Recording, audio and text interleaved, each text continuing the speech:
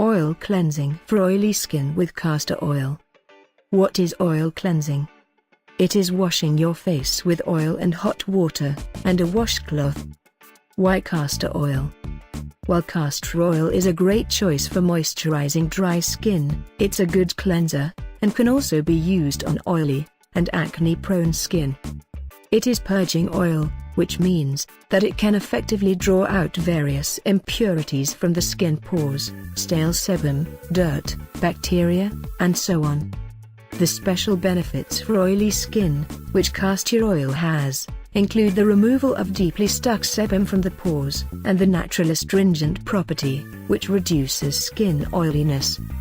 What about clogging the pores? If you use castor oil on oily skin, and simply leave it there, your pores may get clogged. But if you use it, and remove it later, with the help of hot water and a piece of cloth, clogging won't happen.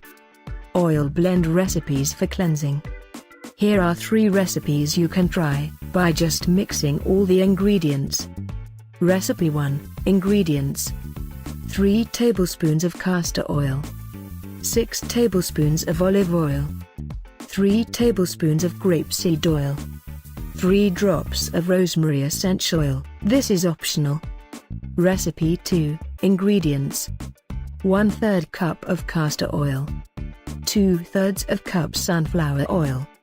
You can optionally add 3 drops of one of the following oils: geranium, tea tree, or lavender essential oil. Recipe 3, Ingredients. 3/4 cup of castor oil. 1/4 cup of olive oil. 4 drops of rosemary essential oil. 4 drops of lavender essential oil. How to use these blends for oil cleansing. 1. Rinse your face with warm water, to open the pores and loosen dirt. Skip this step, if you have makeup on. 2. Pour about 1 teaspoon of any of the oil blend recipes mentioned before onto your palm, and apply it onto your face in circular motions. Don't let the blend get into the eyes.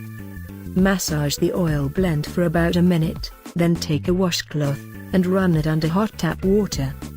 Squeeze it out, but leave it wet, and dab it onto your face, so that the oils can penetrate your skin deeper. Repeat this process once more. Then wipe off the excess oils, rinse your face with cool water, and pat dry with a clean towel. That's all.